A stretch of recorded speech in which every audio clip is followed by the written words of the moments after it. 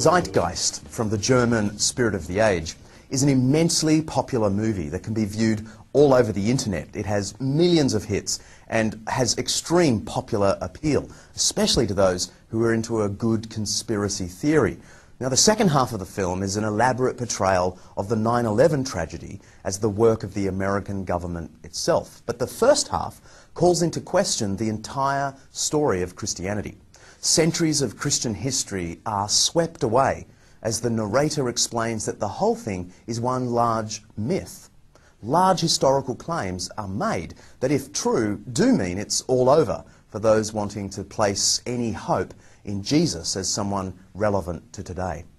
To get some wisdom on this complicated topic, we've asked into the studio Dr. Chris Forbes, a senior lecturer in the Ancient History Department at Macquarie University in Sydney.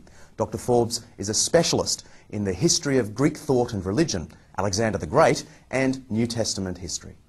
Chris, thanks for joining us. My pleasure. You've seen the Zeitgeist. What led you, an ancient historian, to watch this internet movie, and what was your initial reaction?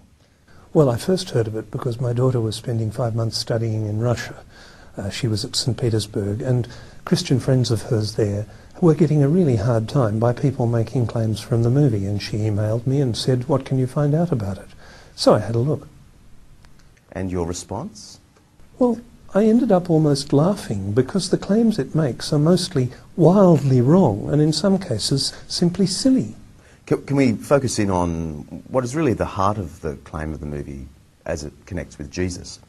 And that is that the whole Jesus story of him being born right through to his crucifixion and resurrection is a mishmash of ancient mythologies. In particular, the mythology of the sun god of Egypt, Horus, we're told. Yeah, John, can I stop you there? Horus isn't a sun god. Okay, but the movie says that he is. Yes, it does.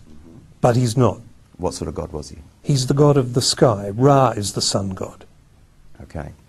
That makes the connection between him being a sun god and Jesus being the son of God more difficult, doesn't it?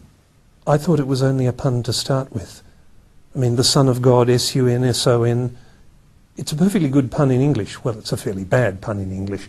But it doesn't work in Egyptian, and it doesn't work in Greek, and it doesn't work in Latin. It's just a pun. So leaving all that aside, yeah. The claims about this particular sky god then, Horus, are that he was born on December 25th, he was adored by 3 kings, he grew up, he had 12 disciples, he was crucified and then he was resurrected. Well, that sounds like the Jesus story. It does, because that's what it is. But it's not the Horus story. Oh, by the way, you left out born of a virgin. Born of a virgin, indeed. Yes, except that his mother Isis wasn't a virgin. And there's no suggestion in the Egyptian sources that she was. This whole list of parallels are true of Jesus, aren't actually true of Horus at all. The ancient sources don't mention these details? Well, it's very unlikely the ancient Egyptians would say he was born on December the 25th, because December's a Latin month. In other words, there's no connection at all. Horus wasn't crucified. Horus was killed, cut up into very small pieces, and his body scattered around Egypt, so it could never be gathered again. And the rest of the myth is about Isis trying to collect together all the pieces. I guess the punchline of the Zeitgeist movie, as it connects with Jesus, is that because the Jesus story is just a mythical construct, which you're saying it isn't, the movie is saying he didn't exist. He's not a historical figure. Does that have currency in serious historical research today? No, there's no serious question for historians that Jesus actually lived. There's real issues about whether he is really the way the Bible described him. There's real issues about particular incidents in his life. But no serious ancient historian doubts that Jesus was a real person, really living in Galilee in the 1st century. The movie, in its list of references, if you get the transcript, some characters pop up, some scholars pop up, and it gives this sense that it is an authoritative movie, like Gerald Macy, G.A. Wells. Gerald Macy, English poet and amateur Egyptologist. Not an expert, not an academic, not actually an historian at all. G.A. Wells, an academic, yes, professor of German literature, writer of popular books, trying to claim that Jesus is a myth. But he's not a historian.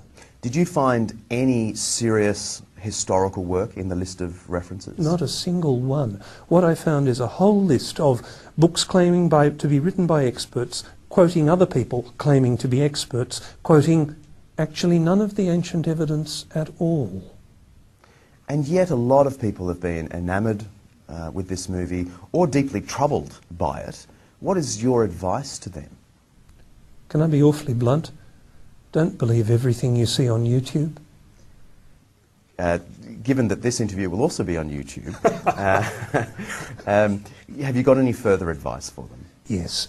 Check references.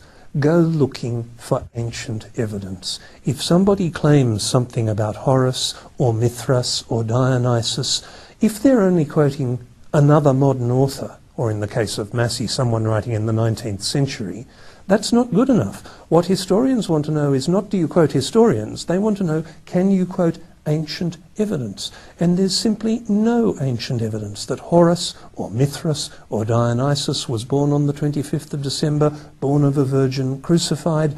The ancient stories simply don't say that about them. So the parallels with Jesus just collapse. Thank you for joining us. My pleasure.